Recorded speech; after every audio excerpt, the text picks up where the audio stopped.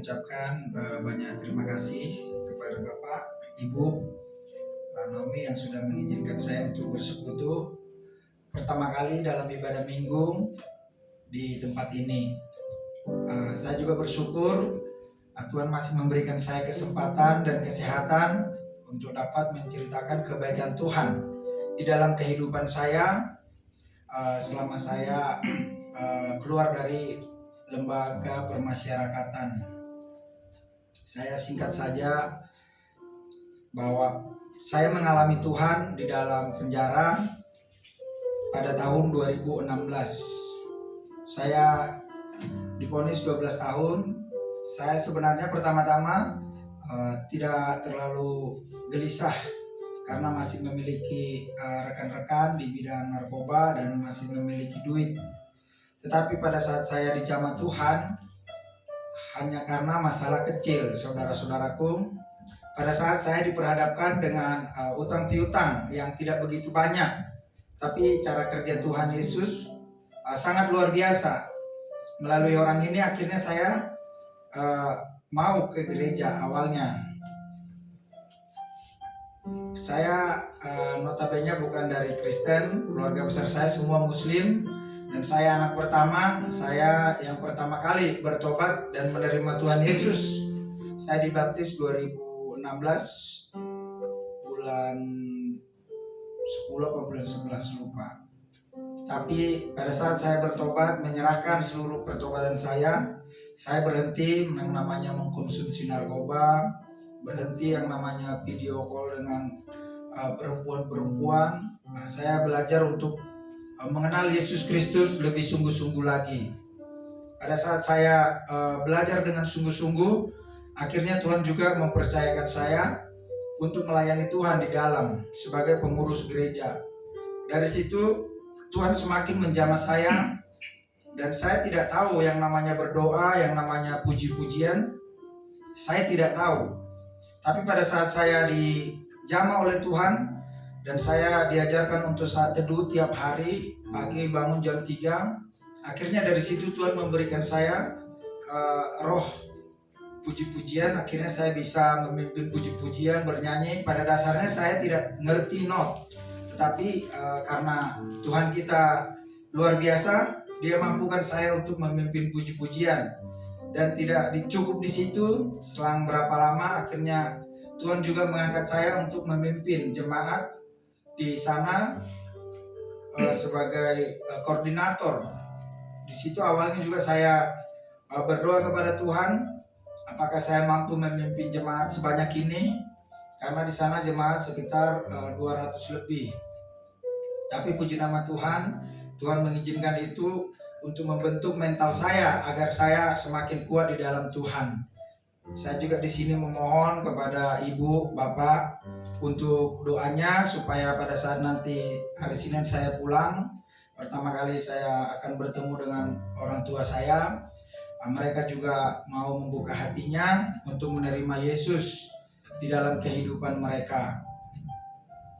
Saya juga bersyukur untuk Naomi yang dengan setia memberikan saya dukungan doa, dukungan rohani maupun dukungan-dukungan yang lain selama kami menjalani hubungan kurang lebih hampir 5 tahun. Jadi saya juga mohon doanya biarlah kiranya hubungan kami ini kalau Tuhan izinkan dipersatukan di pernikahan kudus. Itu aja mungkin sedikit kesaksian saya, Bu, karena kalau diceritakan semua panjang lebar. Intinya di dalam lapas saya menerima Tuhan Yesus dan menjadikan Yesus sebagai Tuhan dan Juru Selamat dalam kehidupan saya. Di mana-mana pertama saat mengikut Tuhan rasanya enak, tapi pada saat kita sudah mendalami mengikut Yesus, beban itu pun semakin berat.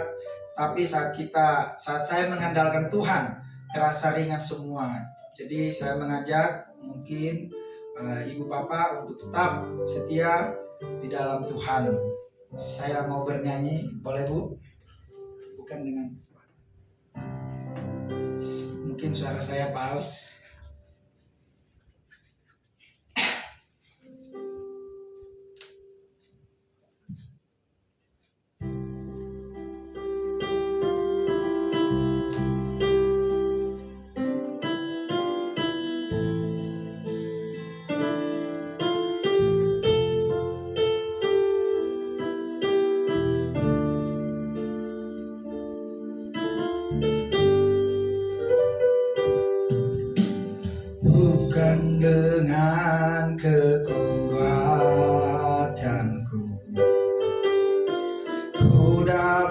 jalani hidupku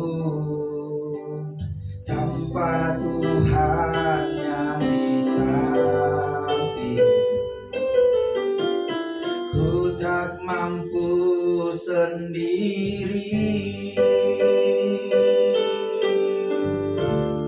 Engkaulah kuatku yang menopangku.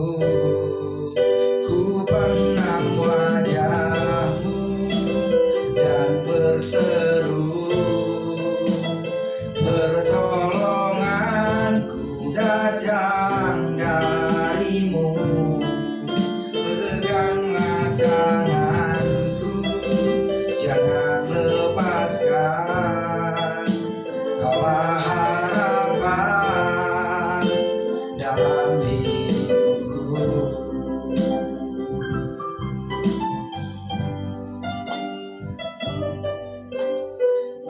Dangalani hagogo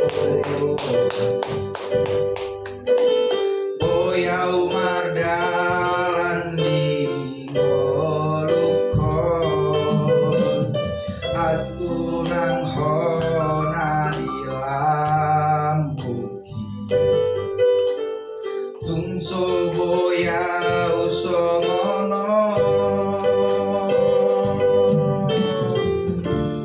hodo hagogo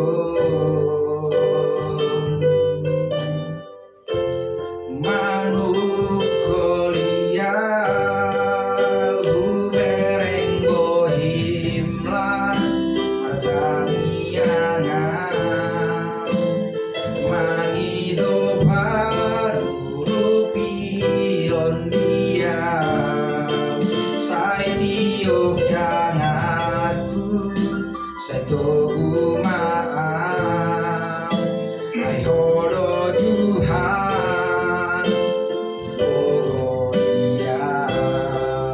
Ku pandang wajah-Mu dan berseru, pertolonganku datang dari-Mu. Peganglah tanganku, jangan lepaskan, Kaulah harapan dalam hidupku. Kaulah harapan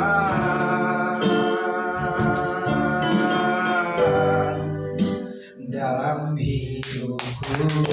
Terima kasih, Tuhan Yesus memberkati.